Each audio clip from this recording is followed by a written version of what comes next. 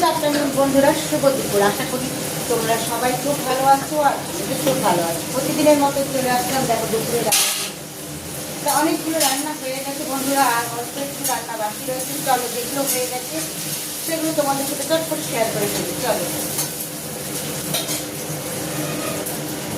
দেখো ভাতটা তো হয়ে গেছে, তোমাদের আর দেখালাম না।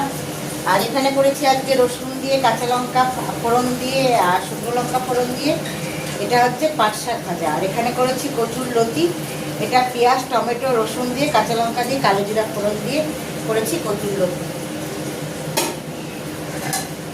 আর বন্ধুরা, ভোলা মাছ অল্প একটু ভোলা মাছ ছিল ফ্রিজে পেটি, সেই ভোলা মাছটা আজকে কালো জিরা টমেটো পেঁয়াজ কাঁচা লঙ্কা দিয়ে একদম মাখা মাখা ঝাল করেছি।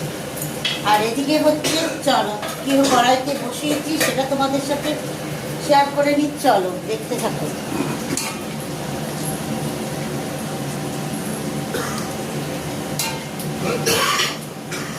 দেখো বসাচ্ছি, এখানে পেঁয়াজ আর টমেটোটাকে আমি একটু ভেজে নিচ্ছি। আর করবো আজকে তোমার হচ্ছে একদম কষা কষা চিকেন। আছে আজকে কোনো তোমার আলু টালু কোনো কিছু দেবো না, আজকে করবো কষা কষা।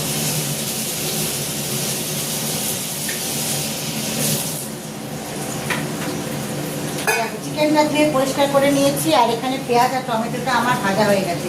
আর এর মধ্যে আমি কাঁচা লঙ্কা শুকনো লঙ্কা আর গোটা জিরা ফোড়ন নিয়েছি। চলো,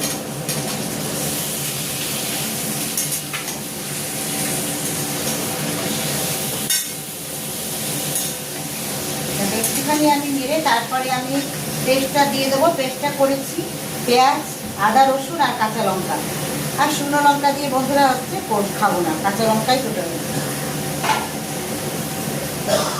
আর দেবো এর মধ্যে একটু জিরে।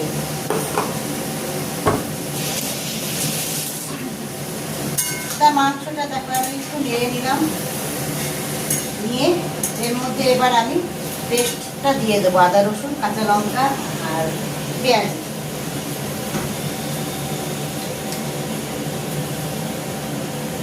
ধুয়ে আমি মশলাটা মিক্সির বাটির মধ্যে লেগে রয়েছে, ওটা ধুয়ে আমি দিয়ে দিই।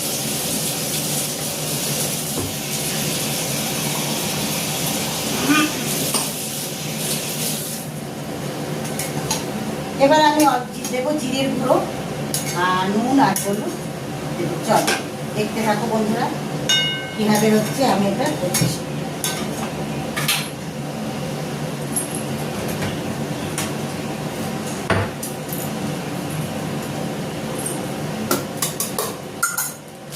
দেখো আমি এর মধ্যে